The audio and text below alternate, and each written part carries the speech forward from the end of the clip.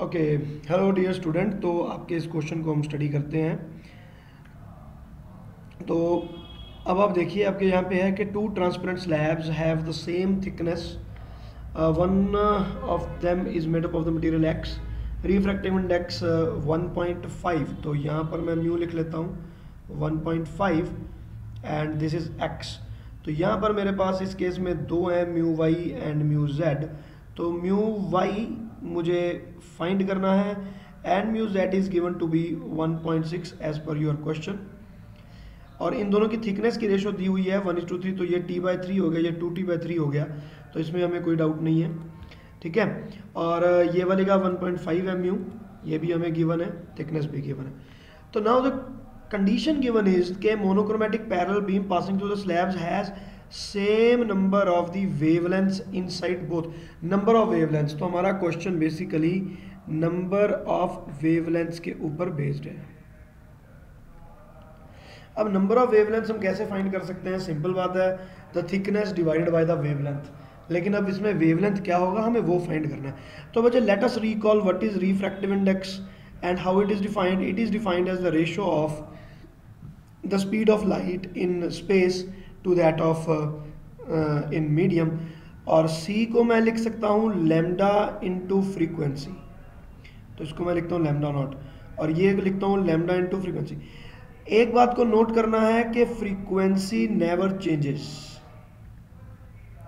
अब इसको हम याद कैसे करेंगे? याद रखना कि कलर ऑफ लाइट जो होता है वो फ्रीक्वेंसी से डिसाइड होता है। और आप सोच के देखिए कि रेड कलर का अगर एक बल्ब मैंने स्विमिंग पूल के अंदर लगाया हुआ है तो बिना पानी के भी वो रेड ही दिखेगा, और अगर मैं उस पूल में पानी भर दूंगा तो भी वो रेड ही दिखेगा। तो फ्रीक्वेंसी विल नेवर चेंज, इसको याद रखिएगा। मैंने फ्रीक्वेंसी से फ्रीक्वेंसी काट दिया, यहाँ पर मेरे पास आ गया lambda not divided by lambda. Well lambda not is the wavelength in space, lambda is the wavelength in the medium. तो मेरे पास एक फॉर्मूला बन गया वेवलेंथ इन मीडियम को फाइंड करने का, lambda naught by the refractive index of the medium. इस फॉर्मूले को मैं यूज़ करूँगा, और अब मैं यूज़ करने वाला हूँ लेटर से मेरे केस नंबर 1 में। केस नंबर 1 है ये वाला जो ए है। तो ए के केस में अगर मैं देखूँ तो मेरे पास वेवलेंथ कितनी बन गई होगी, जो उसकी एक्चुअल में होगी divided by 1.5। And so number of waves should be equal to जो भी उसकी थिकनेस है T divided by lambda not divided by 1.5 which is the new lambda. तो ये आपका बन गया 1.5 into T divided by lambda not. तो अगर मैं अब बी की केस की बात करूं तो मैं अब यहाँ पर नंबर ऑफ वेव्स डायरेक्ट लिखने की कोशिश करूंगा। बच्चे आपने ध्यान से देखना है, अगर नहीं समझ में आएगा तो मुझे आपको दोबारा पिंग करना है, मुझसे दोबारा पूछ लेना कि क्या हुआ। देखिए मैंने थिकनेस लिख दिया t/3। तो फर्स्ट के लिए मैं लिख रहा हूँ थिकनेस इज t/3, और इसकी वेवलेंथ क्या होगी? Wavelength divided by mu Y. तो wavelength divided by mu Y plus जो बची हुई थिकनेस है divided by lambda not divided by mu Z.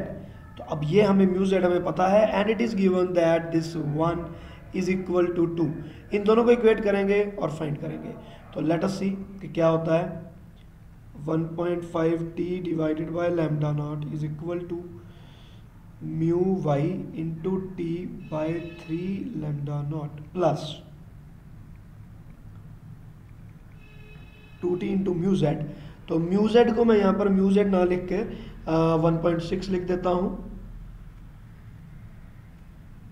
Divided by lambda not, और 3 भी इसके साथ में आएगा if I am not wrong. Lambda naught से लैम्डा नॉट, और ये कट गया, टी से टी कट गया। तो ये 1.6 इंटू 2 3 1/3। तो 3 काट दिया मैंने, यहाँ पे 3 मल्टीप्लाई कर दिया, ये आ गया मेरे पास 4.5,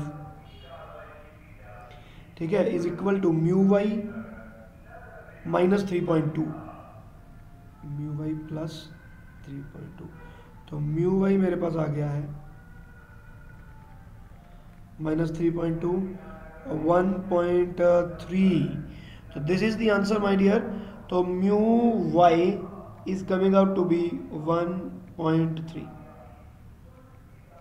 सो this is the solution, a very innovative question. ऐसा क्वेश्चन पहले मैंने कभी भी यूज़ नहीं किया ये फार्मूला, और कभी भी हमने इस तरह के क्वेश्चंस को नहीं देखा है। तो it's a really very good question. आप मुझे मैसेज करके ज़रूर बताइएगा कि ये क्वेश्चन आपने कहाँ से लिया, and it's really a good question.